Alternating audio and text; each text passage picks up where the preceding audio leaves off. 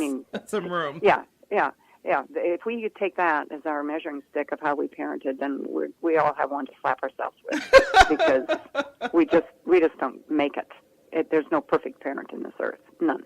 Well, those are very wise words. There is no perfect parent on this earth, and no perfect person. That's, what Jesus is here to be. So that's not really, we're striving every day. But because children are like little sponges, and they're learning always through vibrations and observation, as you just said, can you give me an example of that learning at work for you as you were raising your sons?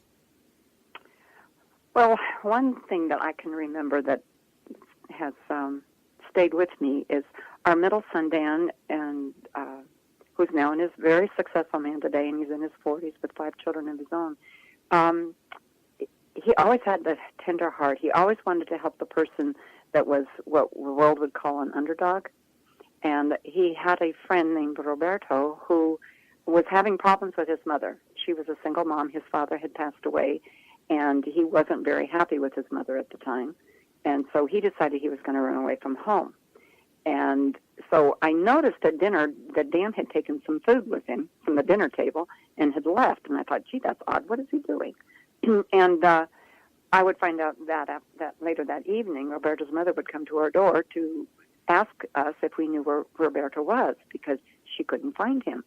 And so we called Dan. He was in his bedroom, and we called him to the living room, and he just sat there with this blank look on his face. What had happened was Roberto did run away from home, and he ran up into the treehouse in their backyard. And he was going to live up there, and Dan was going to take him food so he could survive.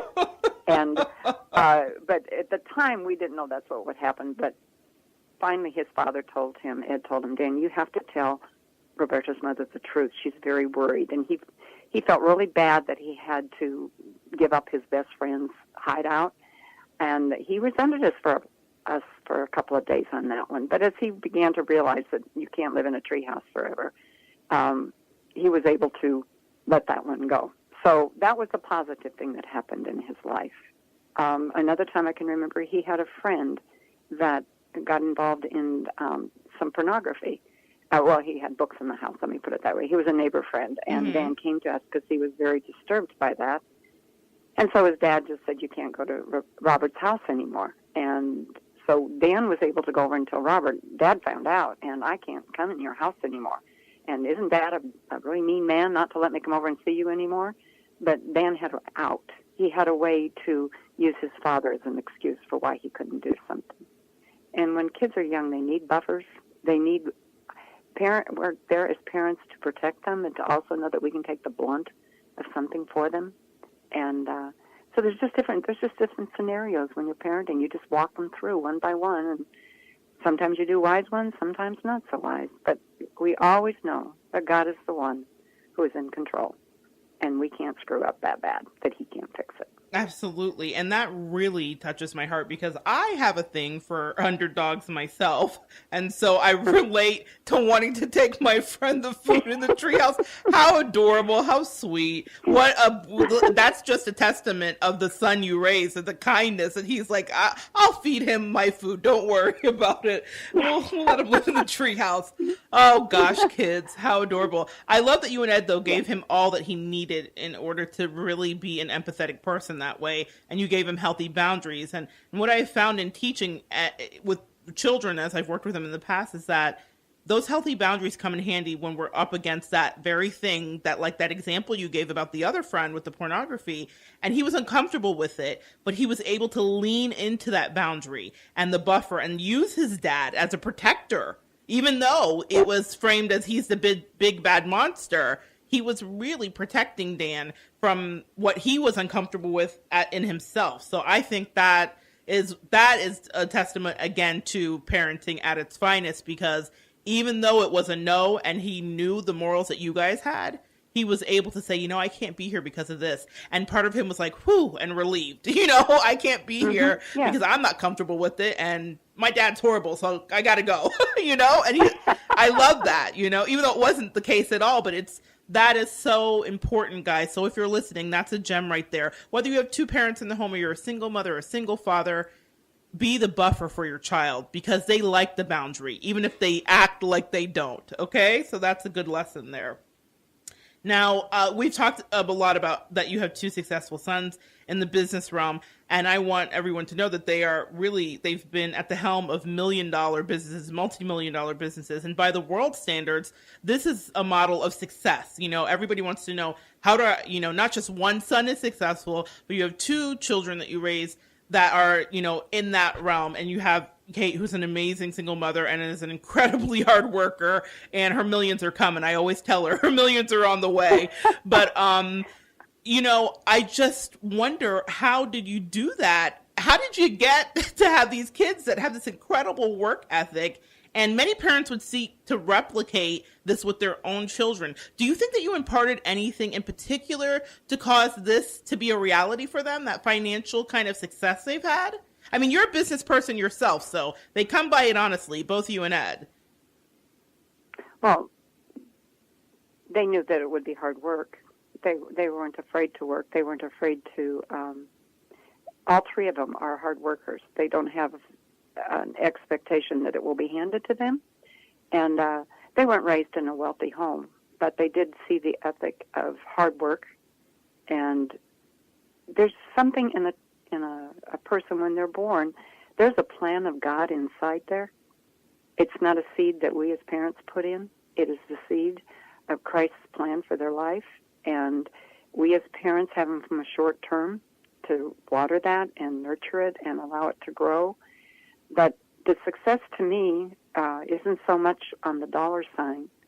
It's how they live their life out. How do they affect the world that they're influencing, not only with money, but with their own person of who they are? And the bottom line is, if they have no relationship with the Lord, then they're not a success. So it's all internal, and what's internal will be expressed externally. So that is the direction they went. That is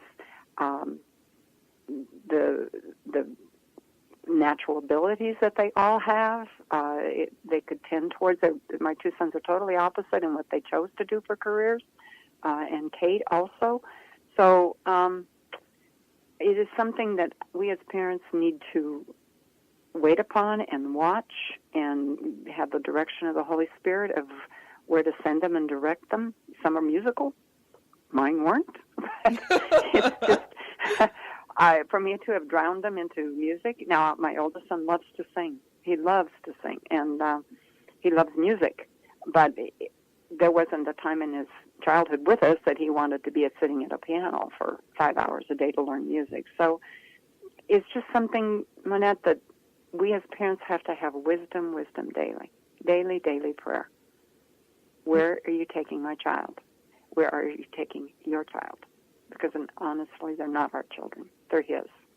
And He has purpose for them, for His kingdom and for His glory. And we seek His face, and He will lead us and guide us in those. And the spirit of forgiveness is always there. And the most important thing is we have to remember to breathe. Yes. It takes a lot of oxygen. Just breathe. Just enjoy the moments and breathe. Absolutely. Watch and observe.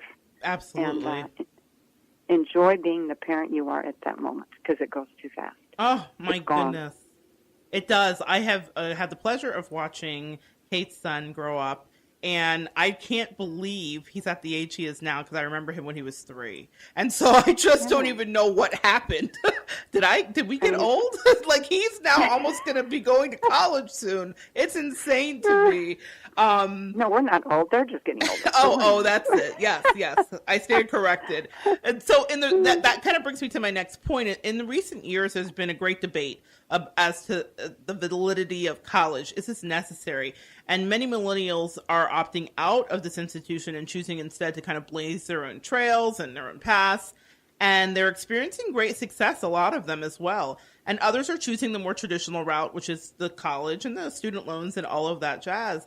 What are your thoughts as to the necessity of college, especially juxtaposed against these sons that have these businesses that are very financially well off and doing very well? What do you think about college now versus then, versus, like, let's say the 80s versus now?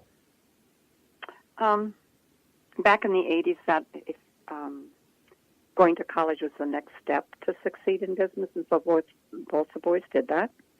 But today, I know Anthony has said to me, they both graduated from the University of Wyoming, and Anthony has said, Mother, what I learned to do my business today, I could have learned in 6 months. But on the other side, my other son, who's an engineer, in order for him to have his business, he has to have those credentials on the wall.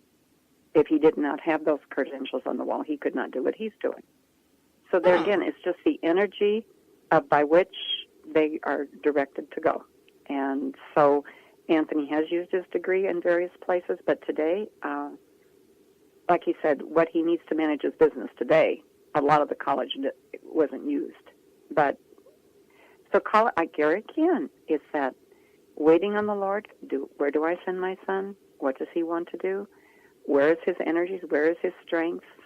And creating that environment where they can be expressed and let him develop into who God has created him to be.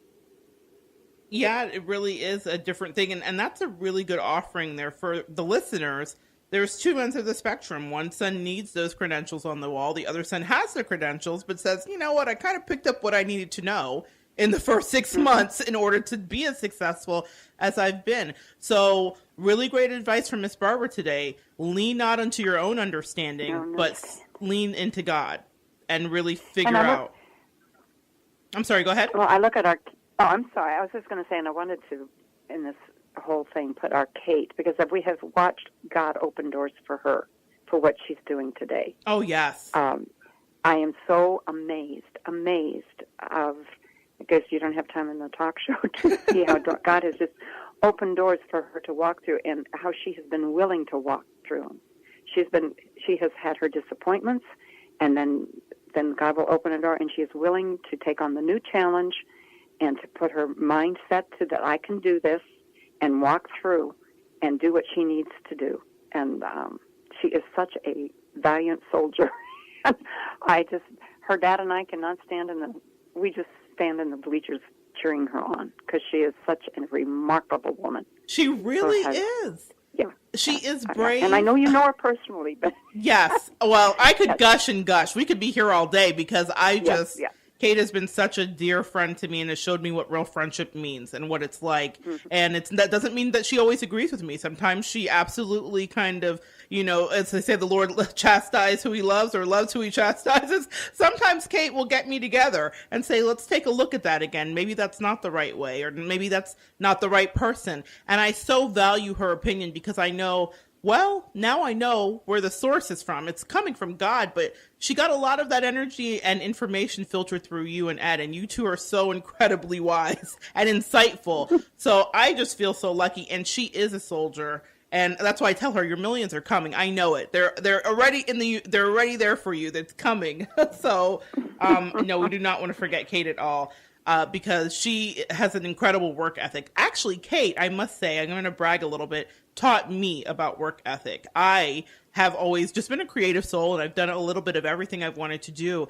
But over the last 3 years, I've really seen an uptick in success for me. And that's because I was watching Kate model her work ethic. And I always would tell her how impressed I was. I mean, she gets up, she goes to work, rain or shine, sick or not. She takes chances, like you said, and goes into new career opportunities when they're presented for her. She doesn't stay stagnant.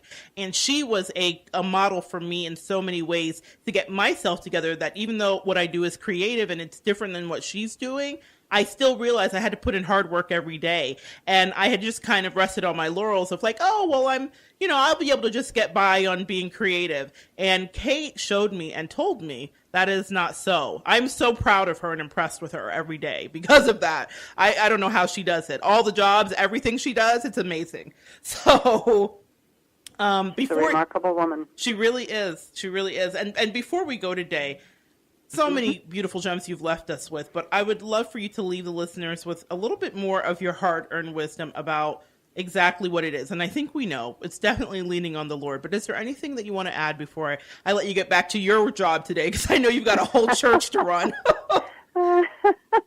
Well, to me, prayer on your knees, you pray and you seek, and when you pray over your children, the best prayer that I can say is, thy will be done. Because I do not know that will. But daily, that is my prayer over my children, over my husband, over my grandchildren. Lord, thy will be accomplished in their lives today. And whatever that looks like, I'm